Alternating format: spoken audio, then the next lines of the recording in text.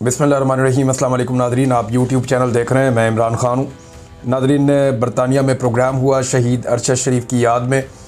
मैं तमाम सहाफ़ियों का शुक्रिया अदा करता हूँ जिन्होंने इस प्रोग्राम को ऑर्गेनाइज़ किया और उन्होंने याद रखा हमारे प्यारे साथी शहीद अरशद शरीफ को। इस साल 23 अक्टूबर को उनकी बरसी है। इस दिन उन्हें शहीद किया गया था कीनिया में, और इस हवाले से एक प्रोग्राम हुआ एतवार वाले दिन। कल इस प्रोग्राम में शिरकत के लिए हम लोग लंदन गए, वहाँ जाके हमने प्रोग्राम किया। मैं भी इसमें मेहमान था, साबिर शाकिर भाई भी थे। शहीद अरशद शरीफ की फ़ैमिली से भी एक ऑडियो पैगाम आया था, वो भी सुनाया गया। शहीद अरशद शरीफ की 2 डॉक्यूमेंट्रीज़ भी दिखाई गई। कुछ उनके दोस्त हैं, आमिर मतीन साहब, दीगर कुछ और दोस्त हैं, अमीर अब्बास साहब, सिद्दीक जान साहब, दीगर और सहाफ़ी भी थे। तो इन तमाम ने वहाँ बातचीत की और साबिर शाकिर भाई ने बड़ी तफसीली बातचीत की केस के हवाले से, हक़ाइक़ के हवाले से। तो हम सबका शुक्रिया अदा करते हैं। ना हम भूलेंगे और ना हम भूलने देंगे। ये एक ऐसा केस है कि जो तारीख़ में ज़िंदा रहेगा, क्योंकि इसके मुद्दई हम तमाम सहाफ़ी हैं। आज कुछ बोल पा रहे हैं, कुछ नहीं बोल पा रहे। जो नहीं बोल पा रहे उनके दिल में भी दुख है, और कल वो ये सब आवाज़ उठाएंगे। ये जिन लोगों ने जुल्म किया है वो हमेशा इन सीटों के साथ चिपके नहीं रहेंगे। हम उन्हें कटहरे के अंदर लेकर आएंगे। जब ये मतला साफ़ होगा तो उन्हें इसका जवाब देना पड़ेगा। अभी सिर्फ इंतज़ार हम ये करते हैं कि जो बातें हम करके आए, जो हक़ाइक़ हमने सामने रखे, उसके बाद एस्टेब्लिशमेंट अपने कौन से मज़ीद टाउट्स और असासे लॉन्च करती है ताकि वो बेनकाब हों और हमें पता चले कि कौन कौन आजकल एस्टेब्लिशमेंट के लिए या मिलिट्री एस्टेब्लिशमेंट के लिए टाउटगिरी का काम कर रहा है। ख़ास तौर पे सहाफ़ियों में से मुझे इंतज़ार रहेगा कि कौन कौन अब इसका जवाब देने के लिए लॉन्च किया जाता है। नाज़रीन, ख्वाजा आसिफ साहब के मैं स्टेटमेंट्स देख रहा था। ये तो शर्मिंदा भी नहीं होते।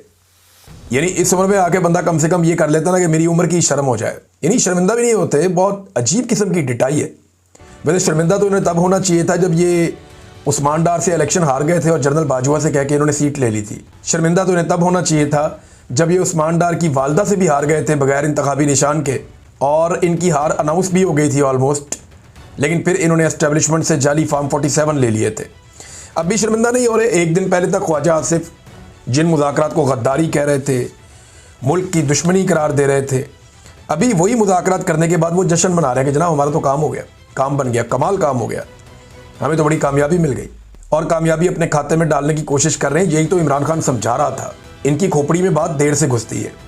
इमरान खान समझा रहा था कि पाकिस्तान मुतहम्मिल नहीं हो सकता सारे फ्रंट खोलने का, लिहाजा बातचीत करो और दहशतगर्दी के मामले को हल करो।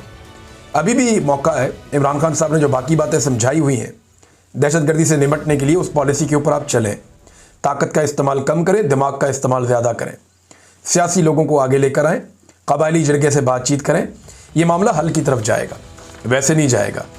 इसमें नाज़रीन पाकिस्तान को देखें। पहले तो पाकिस्तान का बिल्कुल एक नुक्ता नज़री अलग था ना। जब पाकिस्तान डोनाल्ड ट्रंप को तश्तरी में सजा कर अफ़गानिस्तान के साथ एक जंग पेश कर रहा था कि हुक्म कीजिए आका, क्या करना है, तो ट्रंप ने ही फैसला करना था जो भी करना था। लेकिन हुआ क्या? हुआ ये कि डोनाल्ड ट्रंप ने इस पर कुछ तवज्जो नहीं दी, और उसकी वजह यह है कि अमेरिका में डोनाल्ड ट्रंप के साथ जो हो रहा है वो कम हो रहा है। वहाँ पे तारीखी नौइयत के बड़े बड़े एहतजाज हो रहे हैं। इतने बड़े एहतजाज पहले अमरीकी सदूर के ख़िलाफ़ हमने नहीं देखे। एहतजाज होते रहते हैं अमेरिका में, लेकिन इस बड़े पैमाने पर इस तरीके से ऑर्गेनाइज एहतजाज बहुत बड़ी कंपेन बन गई है। नो किंग्स मूवमेंट, कि कोई बादशाहत नहीं है, ये मूवमेंट चल रही है वहाँ पे अमेरिका में, ट्रंप के ख़िलाफ़ चल रही। और ट्रंप ने लोगों को चिढ़ाने के लिए एक अजीबोगरीब आर्टिफिशियल इंटेलिजेंस की वीडियो लगा दी। वो लोग और चिढ़ गए। वो कहा जा रहा है कि 70 लाख लोग बाहर आ गए, कुछ लोग कह रहे हैं इससे भी ज़्यादा आ गए, और बड़ी तादाद में बाहर निकल के उन्होंने झंडे गाड़ दिए एहतजाज के। लेकिन वहाँ पे मैं हैरान हो रहा था, ना कंटेनर लगते हैं, ना गिरफ्तारियाँ होती हैं, ना चादर और चारदीवारी का तकद्दुस पामाल किया जाता है, ना बंदों को उठाया जाता है उनके घरों से, ना ख़वातीन को सड़कों पर घसीटा गया वहाँ पर, ना गोलियाँ चलाई हैं। ये अमेरिका के पास तो बेहतरीन हथियार है, उनकी फ़ोर्स तो बहुत ताकतवर है पाकिस्तान की फ़ोर्स से। आपने देखा ना, आपके आर्मी चीफ भी वहाँ जाते हैं तो कैसे मुहज़्ज़िब होकर खड़े होते हैं, जो यहाँ के सबसे ताकतवर आदमी है। तो इसका मतलब है वो बहुत ताकतवर है अमेरिकन्स, लेकिन उन्होंने यूज़ ऑफ फोर्स अपने लोगों पर नहीं किया। ये इक़दार होती हैं मुल्कों, उन्हें पता है कि अपने लोगों को नहीं मारते। लेकिन आप देखें पाकिस्तान में हमारी जो मिलिट्री एस्टेब्लिशमेंट है वो ऐसी पॉलिसियाँ बनाते हैं जिनमें वो अपने लोगों को मारते हैं।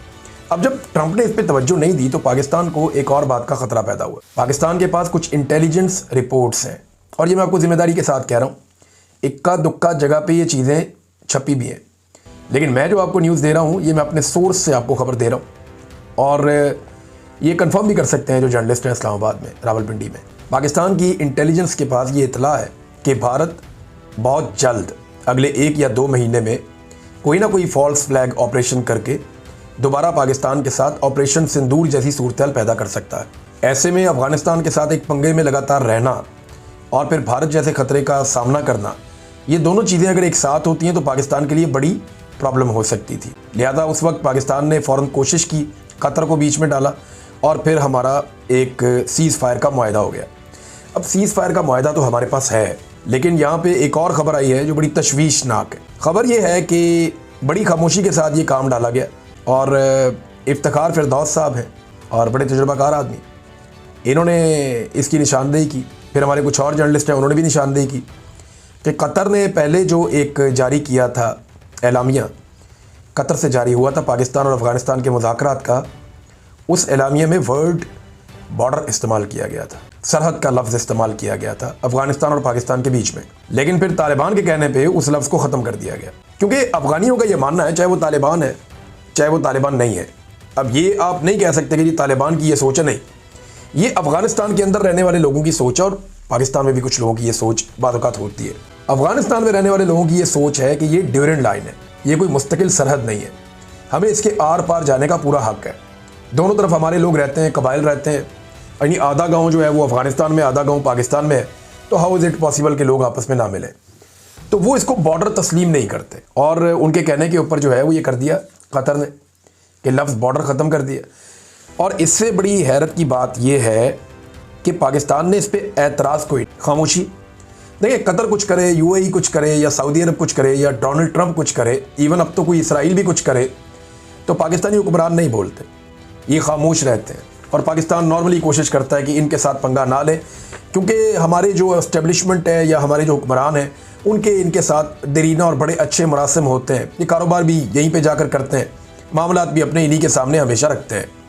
एक और बहुत बड़ी डेवलपमेंट हुई नाज़रीन पाकिस्तान में, मुझे आपके साथ शेयर करनी बहुत ज़रूरी और बड़ी डेवलपमेंट है, और मैं पूरी कौम को मुबारकबाद पेश करता हूँ कि मई में जो एक लड़ाई हुई थी ना इंडिया और पाकिस्तान की, जिसमें इंडिया के तैयारे गिर गए थे, मियाँ नवाज शरीफ को अब वो बात पता चल गई है। मियाँ नवाज शरीफ साहब ने अब स्टेटमेंट जारी किया वो मई वाले इंसिडेंट का।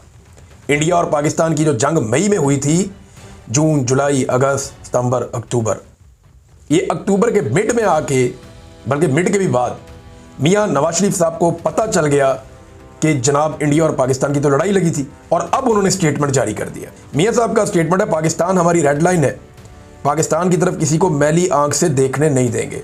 क्या बात है मियाँ साहब की। मियाँ साहब आप सिर्फ 6 महीने लेट है, 5 महीने, लेकिन आपने स्टेटमेंट कमाल दिया है। तक लेते हैं, अपना ख्याल रखिएगा, अपने चैनल का भी।